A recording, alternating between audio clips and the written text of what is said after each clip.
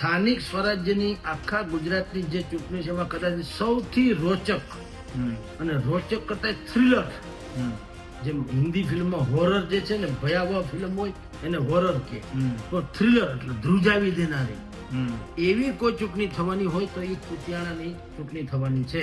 જેણે સંતોકબેન જાડેજાનો યુગ ન જોયો હોય એને કુતિયાણામાં ઢેલીબેનનો યુગ જોવા જવાની છૂટ. ઢેલીબેન અત્યારના ગોળ મધર છે, બરાબર, રાઈટ. એની સામે કોઈ ચૂં કે ચા કરી શકતું નથી. ઢેલીબેનનું જે એક ચક્રી શાસન છે એમાં ગોબો તો પાડશે, એમાં ના નહીં. આ ગોબો પાડશે ત્યાંથી તમે કહો ને શરૂઆત થશે, પછી આગે આગે ગૌરવ જાગે. સ્થાનિક સ્વરાજ્યની ચૂંટણીમાં અનેક નગરપાલિકાઓ છે, તેમની જેની ચૂંટણીઓ છે ખૂબ રસપ્રદ બની છે, અને શું પરિણામ આવશે તે પણ અત્યારથી જે છે અંદાજ લગાવવો મુશ્કેલ બની ગયો છે. આવી જ એક સૌરાષ્ટ્રની નગરપાલિકા છે કુતિયાણા નગરપાલિકામાં. અત્યારે જો વાત કરવામાં આવે તો ભાજપનું શાસન છે. આમાં કાંધલ જાડેજા છે, આ વિસ્તારના ધારાસભ્ય છે, આ વિસ્તારના જે મતદારો છે મેયર સમાજના, તેમાં પણ પ્રભુત્વ ધરાવે છે. ને આ વખતે નગરપાલિકામાં કાંધલ જાડેજાએ પણ રસ લીધો છે ને સમાજવાદી પાર્ટીમાંથી તેમના ઉમેદવારો છે તે આ નગરપાલિકા માટે ઉતાર્યા છે. ને આના જ કારણે આ જંગ છે તે ખૂબ જ રસપ્રદ છે તે બની ગયો છે, કારણ કે સામે બાજુ ભાજપનું નેતૃત્વ કરી રહ્યા છે ઢેલીબેન ઓડેદરા, તે પણ મેયર સમાજમાંથી આવે છે. કાંધલ જાડેજા છે તે પણ મેયર સમાજમાંથી આવે છે. એટલે કે આ એક પ્રતિષ્ઠાનો જંગ છે તે બની ગયો છે. પોતપોતાની જે વ્યક્તિગત પ્રતિષ્ઠા છે આખા પંથકમાં, તેનો પણ આ એક જંગ બની ગયો છે. આ જ અંગે વાતચીત કરવા માટે આપણી સાથે જગદીશભાઈ મહેતા જોડાયા છે. જગદીશભાઈ, પોરબંદર હોય, કુતિયાણા હોય, આખું પંથક ખૂબ જ ચર્ચાસ્પદ હંમેશા રહે છે, ચર્ચામાં રહે છે. ખાસ કરીને એનું રાજકારણ પણ ખૂબ ચર્ચામાં રહે છે, કારણ કે કાંધલ જાડેજા છે તે અહીંયાના ધારાસભ્ય છે ને જે મતદારો છે તેમાં પ્રભુત્વ ધરાવે છે. સામે ઢેલીબેન ઓડેદરા પણ ખૂબ મજબૂત નેતા થઈને ઉભરી આવ્યા છે, તે પણ મેયર સમાજમાંથી આવે છે. હવે કાંધલ જાડેજાએ કુતિયાણા નગરપાલિકામાં પણ રસ દાખવ્યો છે, જે અત્યાર સુધી બહુ દાખવતા નહોતા, પરંતુ હવે એમાં પણ એમને રસ દાખવ્યો છે. તેમના ભાઈ કરણ જાડેજા છે, તેમને પણ મેદાનમાં ઉતાર્યા છે. કઈ બાજુ જઈ રહ્યું છે સાહેબ? જુઓ, સ્થાનિક સ્વરાજ્યની આખા ગુજરાતની જે ચૂંટણી છે એમાં કદાચ સૌથી રોચક અને રોચક કરતા થ્રિલર, જેમ હિન્દી ફિલ્મમાં હોરર જે છે ને, ભયાવહ ફિલ્મ હોય એને હોરર કે, તો થ્રિલર એટલે ધ્રુજાવી દેનારી એવી કોઈ ચૂંટણી થવાની હોય તો એ કુતિયાણાની ચૂંટણી થવાની છે. એ એટલા માટે તમે જેમ કીધું તેમ ઢેલીબેન અને કાંધલ જાડેજા બંને મેયર કોમ્યુનિટીમાંથી આવે છે, એટલે બે વચ્ચે કૌટુંબિક સંબંધ પણ છે, એ પણ આપણી જાણ ખાતર. તેમ છતાં ચૂંટણીના રાજકીય રીતે બંને અત્યારે સામસામા છે. સામસામામાં પહેલી વખત એવું બન્યું છે કે કાંધલ જાડેજાએ એના ભાઈના કાનો કરણ જે કયો છો, કાના જાડેજાને ઉતાર્યા છે સમાજવાદી પાર્ટીના બેનર તળે, અને આખી પાલિકામાં બધા જ ઉમેદવારોને એને ઉભા રહ્યા. એમાં 5-7 તો નોંધેબલ છે, સારા છે, કમસે કમ નામાંકિત છે. બાકીના બીજા જે હાથ આવ્યા એ હથિયાર એના જેવા એને મેદાને ઉતાર્યા છે. હવે પ્રોબ્લેમ બીજો કાંઈ નથી. કુતિયાણા નગરપાલિકામાં ઢેલીબેન ઓડેદરા એનું એક ચક્રી શાસન છે. જેણે સંતોકબેન જાડેજાનો યુગ ન જોયો હોય એને કુતિયાણામાં ઢેલીબેનનો યુગ જોવા જવાની છૂટ. ઢેલીબેન અત્યારના ગોળ મધર છે, બરાબર, રાઈટ. એની સામે કોઈ ચૂં કે ચા કરી શકતું નથી. 3 દશકાથી એનું શાસન છે, અને જેટલી પણ સુવિધાની અપેક્ષા લોકોની છે એમાંની નહીવત જ અપેક્ષા સંતોષાણી છે, બાકી મોટા ભાગની નથી સંતોષાણી. આમ છતાં કોઈની ત્રેવડ નથી કે ઢેલીબેન સામે ફોર્મ ભરે. ઉમેદવારો મળતા નથી.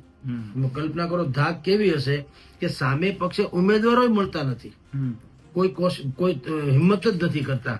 આ વખતે પણ ભારતીય જનતા પાર્ટીએ, તમે જો વિચાર કરો, આમ પરિવારવાદ કરીને એ રાહુલ ગાંધીથી માંડીને સોનિયા ગાંધીને સારામાં સારી રીતે ટકોર કરતા હોય છે. ઢેલીબેનના 5 પરિવારજનોને ટિકિટ આપી, એટલે તમે ઢેલીબેનનું કયું વર્ચસ્વ છે એના ઉપરથી નક્કી થઈ જાય કે આખી દુનિયામાં વગવણી થાય એવું કામ હોવા છતાં 5 લોકોને એને ટિકિટ આપી ભારતીય જનતા પાર્ટીએ. પણ ઈ પણ તમને કહું, ઈ પણ કેવી મજબૂરી હશે કે એને ખબર છે કે આ આલોચનાનો સીધો મુદ્દો આપણે વિપક્ષના હાથમાં આપીએ છીએ, છતાં પણ એને આપવો પડ્યો હોય. એનો અર્થ એમ છે કે ભારતીય જનતા પાર્ટી પણ ઢેલીબેન સામે મજબૂર છે. તો હવે પહેલી વખત એવું બન્યું કાંધલ જાડેજા જે છે એ મેદાનમાં ઉતર્યા છે. એ ઉતર્યા છે કે ઉતાર્યા છે એ જુદી ઘટના છે. કાંધલભાઈ જાડેજા સમાજવાદી પાર્ટી નામનું બેનર ચલાવે છે. સમાજવાદી પાર્ટીને અહીં કાળો કાગડો ઓળખતું નથી, એનું કોઈ બેનર નથી, એની કોઈ વ્યવસ્થા નથી. એ મુલાયમ યાદવનો છોકરો અખિલેશભાઈ ઉત્તર પ્રદેશમાં જે હોય તે અહીંયા કોઈ ભોજોભાઈ પણ જાણતો નથી. અહીં આખી દુનિયામાં કાંધલ જાડેજા પોતે જ એક પાર્ટી છે, એ વ્યક્તિ જ સંસ્થા છે. એ પછી જેવી હોય એવી, એની હારે આપણે એના વખાણ નથી કરતા, એની શાખ કરતા ધાક વધુ છે, એ હકીકત છે. પણ અત્યારે કમ્પેરેટિવલી તમે કહો તો ઢેલીબેન ઓડેદરા અને કાંધલ જાડેજા એ બેની કમ્પેર કરો તો પોલિટિકલી કાર્યશૈલીની દ્રષ્ટિએ કહું છું, બાકી એકબીજાને તમે માથા ભાંગે એમ છે, પણ કાર્યશૈલીમાં કમસે કમ કાંધલ જાડેજાનું પલ્લું થોડું ભારે છે. કારણ કે એના સમાચારો પછી સાચું ખોટું પાછી એની પ્રજા નક્કી કરે, પણ એના સમાચારો જે પ્રગટ થાય છે કે ભાઈ સ્વ ખર્ચે કેનાલમાંથી પાણી છોડીને ખેડૂતોના પાકને ઉગાયરો, આવું 2-4 વખત આપણે સાંભળ્યું વાંચ્યું છે, રાઈટ? તો જો એ ખોટું હોય તો ત્યાંની કોક પ્રજા તો કોક દિવસ ફોન ફટાકા કરીને કહે ને મીડિયાને કે આવું નથી, પણ એવું નહીં હોય, એ કર્યું હશે. હવે એ પૈસા પાછા અમુક મને લોકોએ ફોન કરીને આપણે કીધેલું કે તમે જે સ્વ ખર્ચે કયો છો એ પૈસા એના ક્યાં છે, તો એને ખંડ્યું ગયું. અરે ભાઈ હું કોઈ એને ધાડ પડી જવા દો. પણ અત્યારે સોફિસ્ટિકેટેડ પોલિટિશિયન્સ પણ શું કરે છે, એ પણ તમારા ને મારા પૈસા હાવ ખાઈ જ જાય છે ને, તો કોને પાવલું ખર્ચ્યું છે? તો આ તો રોબિન હુડ જેવી વાતો થઈ, ક્યાંકથી ખાધા ને થોડા ઘણા વાપર્યા તો છે. હું તો એમ માનું કે તમે અજાણ્યા મિત્ર કરતા જાણીતો શત્રુ વધુ હારો. તો ઢેલીબેન જે છે એની વિશે એવું કહેવાય છે કે એનો વિકાસ થયો એ જબરજસ્ત, પણ એના વિસ્તારનો વિકાસ અપેક્ષિત પ્રમાણે ન થયો. અને ઢેલીબેનનું એના દીકરાનું બેયની એવી ધાક છે કે સામે પક્ષે કોઈ લોકો એનું ફોર્મ ભરતા પણ વિચાર કરે 1000 વાર. એવા સંજોગોમાં એને કોણ પાડી શકે? તો લોહા લોહે કો કાટતા હે. એની સામે એવી જ વ્યક્તિ ઉભા રાખો કે જે લડાઈ હોય ફાઇટિંગ કરી શકે.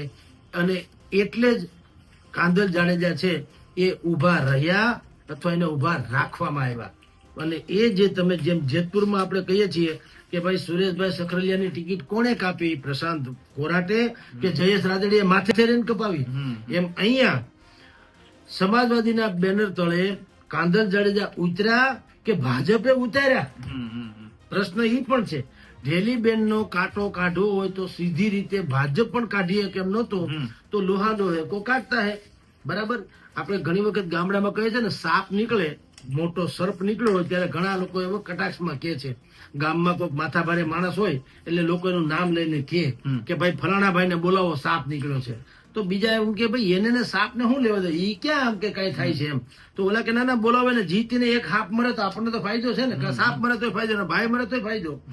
એમ ઢેલીબેન હારે કે કાંધલ જાડેજા હારે, ઢેલીબેન જીતે કે કાંધલ જાડેજા જીતે, અંતે ભારતીય જનતા પાર્ટીને ફાયદો થવાનો છે અને ત્યાંની પ્રજાને છુટકારો થવાનો છે, જે થાય તે. પણ એની સામે કોકે લડવા ઉભું તો પડે કે નહીં? તો બીજો કોઈ વ્યક્તિ ઉભા તૈયાર નથી. એટલે ભાઈ જે છે સપાના બેનર ઉપર ત્યાં કાંધલ જાડેજા, સપા તો ખાલી મોહરું છે, સપાનું ખાલી નામ છે, બાકી બધું જે છે કાંધલ જાડેજા જે છે. કાંધલ જાડેજા પાસે રાણાવાવ નામનું જે પોતાની પાલિકા છે એનું મોડેલ રાણાવાવ છે. રાણાવાવના કેટલાક ગામડામાં પણ મેં સાંભળ્યું છે એ પ્રમાણે કેટલાક ગામડામાં પણ સીસીટીવી કેમેરા છે, જ્યારે કુતિયાણા તાલુકામાં નથી, તાલુકા લેવલનું સેન્ટર હોવા છતાં. એમ કાંધલ જાડેજાના કેટલાક કામ તો બોલે છે. એટલે એ રાણાવાવ મોડેલ ઉપર અહીંયા કુતિયાણાની ચૂંટણી લડવાના છે. અને કમસે કમ એ ઢેલીબેનનું જે એક ચક્રી શાસન છે એમાં ગોબો તો પાડશે, એમાં ના નહીં. આ ગોબો પાડશે, ત્યાંથી તમે કહો ને શરૂઆત થશે, પછી આગે ગોરખ જાગે. અને પછી જે જીતી બી જશે તો તમે જાણો છો કાંધલ જાડેજા જે છે શું કરી શકે. 5-15 ધારાસભ્યો આપણે જે સભ્યો ચૂંટાયા હશે એને ખેડવવા એ પણ સામાન્ય વાત છે. એટલે ઢેલીબેન માટે થઈને આ વખતે કપરા ચડાણ છે, કાંધલ જાડેજા માટે ટેસ્ટ કેસ છે. સાહેબ, વર્ષો પહેલા જે રીતે સંતોકબેનનું આ વિસ્તારમાં હતું એ રીતે ઢેલીબેન ઓડેદરાનું પ્રભુત્વ આ વિસ્તારમાં થઈ રહ્યું છે એવું માનું? બિલકુલ છે, પણ ફેર એટલો છે કે સંતોકબેનની કેવળ ધાક હતી અને ઢેલીબેનની ધાક પ્લસ થોડીક શાખ પણ છે. શાખ શું છે જ્યાં સમૂહ લગ્ન સહિતના જે સામાજિક કાર્યક્રમો હોય છે, પછી કોઈ બેન નાના છોકરાઓને યુનિફોર્મ દેવા, ચોપડા, ફલાણું દેવું, આમ તેમ, એમાં પાછા ઢેલી બેનનું પણ સહયોગ જાજો મળે છે, નોંધપાત્ર એમાં એનું યોગદાન હોય છે. એટલે કેવળ ધાક નહીં, ધાક પ્લસ શાખ બેય છે, પણ મોટા ભાગે એની જે કઈ છે એની અગ્રતા કરે ધાકમાં. આજની તારીખે ધાક એવી છે, આ બધા સોશિયલ વર્કર જે એને મેં તમને કીધું એ બધું સાઈડમાં વાતો હોય છે. હું ને તમે ઓરિજિનલ જેવા હોઈએ એવા, મેકઅપ છે એ સાઈડની વાત છે. મેકઅપ વગરના આપણે જે છે ઓરિજિનલ છે. ઓરિજિનલમાં ઢેલીબેનની ધાક છે, શાખ નહીં. શાખ એની સાઈડમાં છે. ઢેલીબેન અને એનો છોકરો ગીટુ કો પિન્ટુ એવું સમથિંગ એનું ઉર્ફે નામ છે.